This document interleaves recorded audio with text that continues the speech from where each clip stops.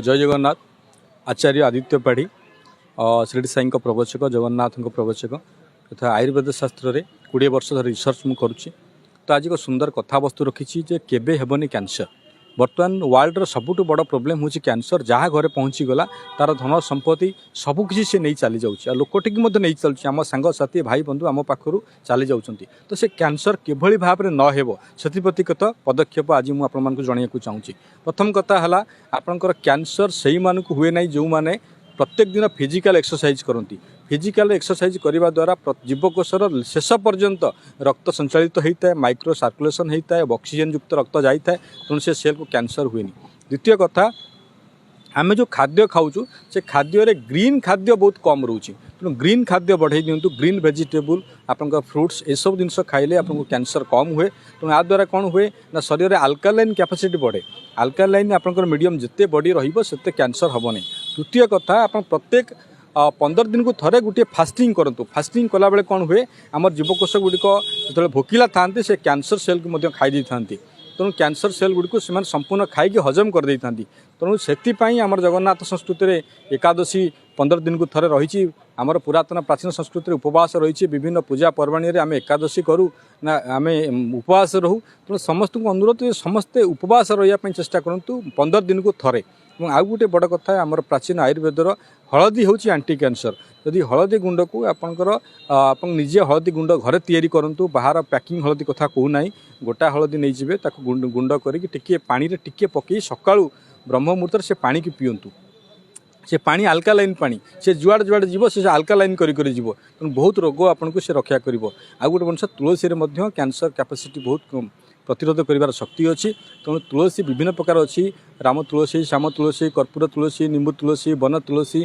तो ये सब तुलसी को व्यवहार करूँ। तुलसी अर्क व्यवहार करूँ, तुलसी रस व्यवहार करूँ, तुलसी जूस पीयंतु। देखिए आपको कैंसर हबार मात्रा कमिज।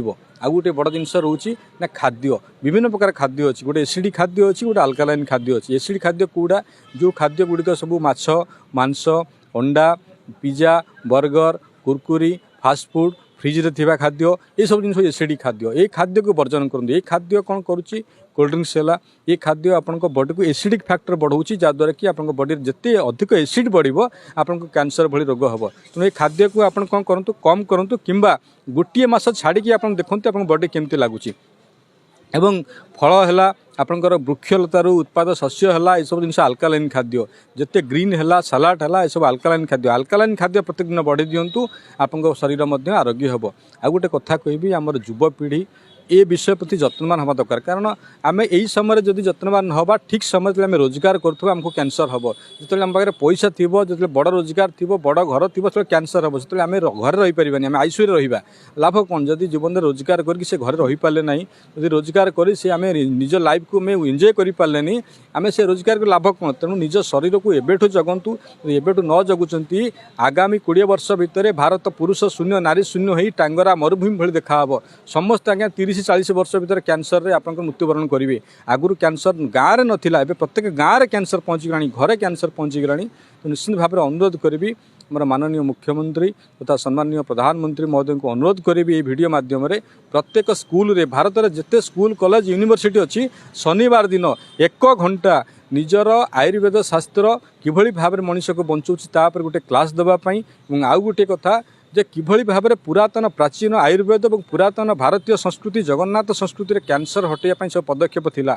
आ गोटे जिन जो जिनस ठाकुर खाऊना आम खाइले कैंसर हम। जो जिनस जगन्नाथ खाऊना खाइले आम कैंसर हम। तेणु से प्रति ध्यान दि जाऊ।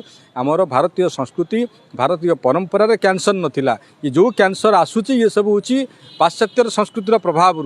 तेणु आमर कुनि कुनि पिला मानकु आपण सतर्क करांतु। कुनि कुनि पिला मानकु प्रत्येक स्कूल रे प्रिंसिपाल मानकु अनुरोध करंतु जे शनिवार दिन से माने गोटे घंटा पिला मानकु भारतीय संस्कृति एवं रोग निरोग संस्कृति किभली भाबरे रोग नब से विषय गोटे घंटा से ट्रेनिंग दिंतु। नहेले काली सकाळे स्कूल बाहर कि कॉलेज रू बाहरला पर से माने कैंसर हॉस्पिटल पहुँचे लाभ कौन हम। आम एत पाठ पढ़ाऊँ सब कुछ पिला पाठ साठ पढ़ी गोल्ड मेडल से है कैंसर हो जाइए। तो निश्चित भाव में अनुरोध करी ये वीडियो को समस्त देखला पर निज परिवार को आगे शेयर करेंगे, निज भाई बंधु को शेयर करेंगे।